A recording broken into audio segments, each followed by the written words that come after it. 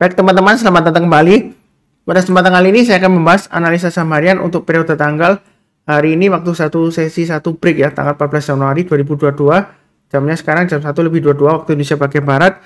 Jadi saya akan membahas analisa saham untuk 8 saham ya.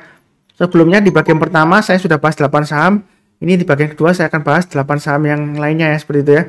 Jadi untuk hari ini tanggal 14 Juli 2022 sampai 14 Januari 2022 sampai dengan 17 Januari 2022. Jadi saya mulai langsung dengan MSKI. Jadi MSKI ini kalau kita perhatikan ya, patternnya itu seperti pump and dump ya. Jadi dia dinaikkan tinggi dalam 3-4 hari, kemudian dia diturunkan ya. Istilahnya ada yang jualan barang gitu ya. Dan di sini kalau kita lihat sebelumnya memang tidak liquid sama sekali ya. Jadi MSKI ini terus terang aja risiko. Kenapa saya bahas? Memang saya nggak menyarankan beli ya. Kalau yang nggak berani resiko tinggi, lebih baik sih jangan buy sama sekali ya. Kalau kita tarik garis Fibonacci retracement dari yang bawah sini ya, sampai dengan di atas. Di sini kalau kita perhatikan Fibonacci retracement 61,8% di area sekitar 435 ya. Jadi selama dia berada di bawahnya 435, sebenarnya untuk MSKI ini kalau mau beli sekarang masih resiko ya, resikonya masih cukup tinggi ya. Volumenya seringkali hilang dan sempat ARB berhari-hari ya. Jadi resiko nyangkut juga. Kenapa saya bahas ya, mengingatkan aja kalau yang belum punya, kalau ini memang resikonya tinggi ya, jadi hati-hati aja. Jadi yang sudah punya kira-kira bagaimana Pak Sunar? Kalau sudah punya ya pasang aja trailing stopnya di area 322 ya. Jadi kalau dia turun di banyak 322, dia ada kemungkinan besar ya, dia akan turun lagi testing area 300 sampai 302 ya. Jadi kalau turun di banyak 322, lebih baik jual dulu. Kalau mau buy, menurut saya sih lebih baik tunggu kalau dia sudah berhasil naik ke atas 435 ya. Kalau sekarang terus terang aja masih resiko. Tapi ini khusus bagi yang berani resiko tinggi ya. Saya ulangi lagi, khusus yang berani resiko tinggi. Kalau yang nggak berani ya jangan ya, seperti itu ya. Nanti daripada sudah beli nyangkut gitu ya, naik susah nanti jualnya karena volumenya seringkali hilang ya setelah dia naik tinggi ya. Kurang lebih cukup lah ya, nggak banyak yang bisa dibahas. Berikutnya BBNI ya. Jadi masih sideways di atas, ini sekitar area resistennya 7175, dia akan berusaha untuk breakout. Kalau mau buy sekarang boleh, tapi jangan terlalu banyak. Naik ke atas 7175 tambah lagi, naik ke atas 7400 tambah lagi ya. Kalau dia sudah naik ke atas 7400, kemungkinan besar dia akan breakout ke atas 7575 dengan target berikutnya di 7950. Yang mau buy on weakness nggak berani buy sekarang ya, tunggu aja di 6750. Artinya buy on weakness ya, kalau dia turun di banyak 6750, kita belinya kalau sudah berhasil naik ke atas 6750. Jadi kalau sudah beli, kalau dia turun lagi ya pasang stop lossnya di 6575 ya, atau 6400 itu maksimum. Jadi tujuannya saya kasih garis-garis ini untuk panduan untuk buy up atau average up ya, kalau dia berhasil naik ke atas. Tapi kalau dia berhasil naik ke atas kemudian dia gagal turun lagi kembali ke bawah ya, maksud saya. Kalau balik lagi ke arah bawah ya berarti kita pasang trailing stopnya seperti itu ya. Mudah-mudahan aja lancar. Saya yakin sih kalau nggak ada masalah dengan fundamentalnya, ada kemungkinan besar dia masih ada peluang untuk breakout ke atas 7575 dengan targetnya di area sekitar 7950 ya. Jadi 7950 itu kalau kita mundur jauh ke belakang ini kurang lebih di area resistennya sebelum pandemi ya, di awal-awal tahun 2020 dan sebelumnya di 2019 sempat testing breakout 7950 ya. Jadi resisten 7950 itu mudah-mudahan bisa tercapai ya, seperti itu ya. Ya nggak langsung mungkin ya 1-2 hari, nggak ya, mungkin ya dalam waktu ya 1-2 bulan ya, mudah-mudahan aja berhasil ya. Kurang lebih cukup lah ya untuk BBNI. Berikutnya untuk BMRI juga masih tetap sama, masih sideways lama, jadi masih harus tetap bersabar ya. Mau buy sekarang boleh aja, pasang stop lossnya di 7000 dan 6850 ya. Selama berada di atas 6850 menurut saya sih masih cukup bagus peluangnya untuk BMRI. Memang seringkali sideways-nya lama ya Pak Sunar ya. Ya kalau sideways-nya lama ya buy-nya sekitar area 7000-an ya. Kalau dia sudah berhasil naik ya tinggal pasang trailing stopnya aja, terserah Anda puasnya di berapa persen ya. Ada yang 1% ya oke lah, turun lagi nanti tunggu lagi di bawah, atau 2%, atau mau buy and hold tunggu sekalian breakout. Karena ini kalau breakout ke atas 7500 ya, dia masih memungkinkan ke 8000 ya.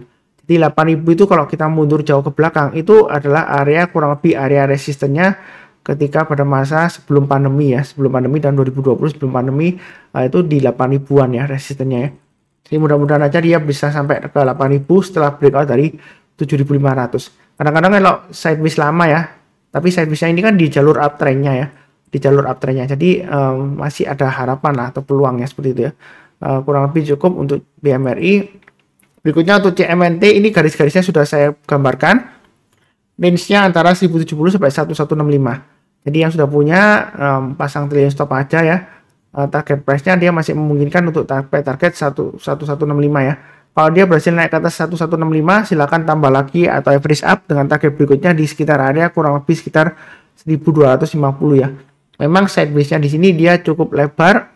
Yang mau buy tunggu sekalian breakout ke atas 1165 buy, atau buy on weakness di area sekitar 1070 atau 995 ya. Jadi area buy on weakness ada dua.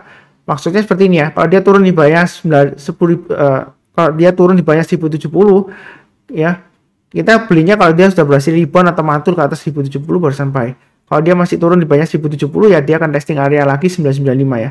Seperti itu ya. Jadi buy on weakness itu tunggu kalau dia turun kemudian dia berhasil naik atau rebound ya, seperti itu ya. Jadi bukan berarti kalau nyentuh garisnya langsung buy, enggak ya.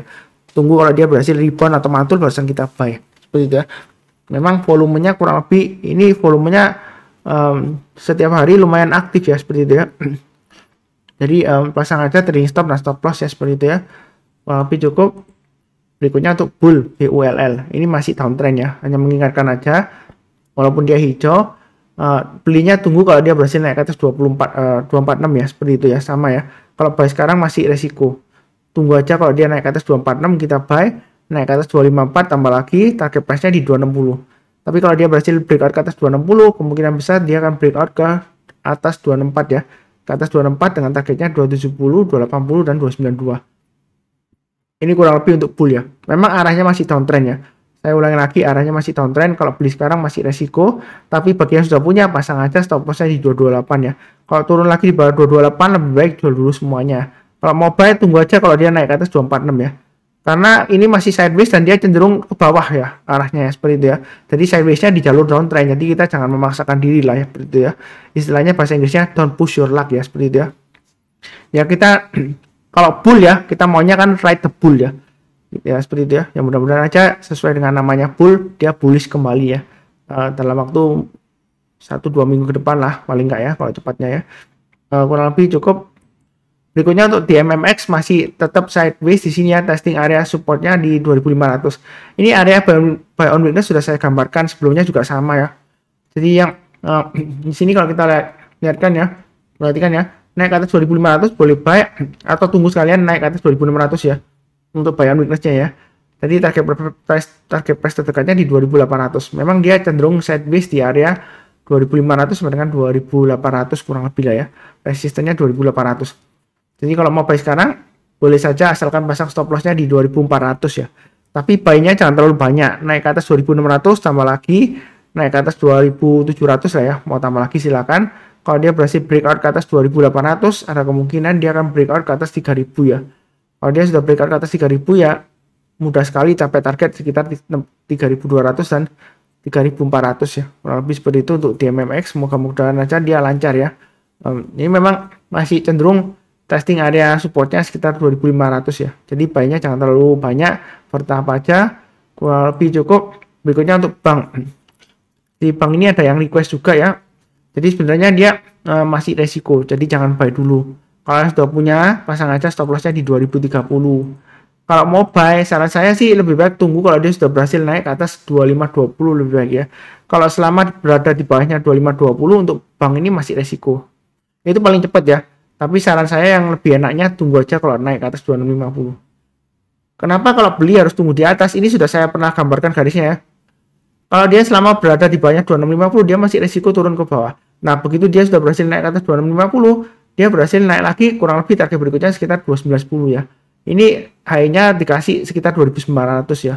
Jadi kurang lebih garis-garis yang saya berikan ini ya lumayan akurat lah. Ya nggak bisa pas banget di 2910 ya.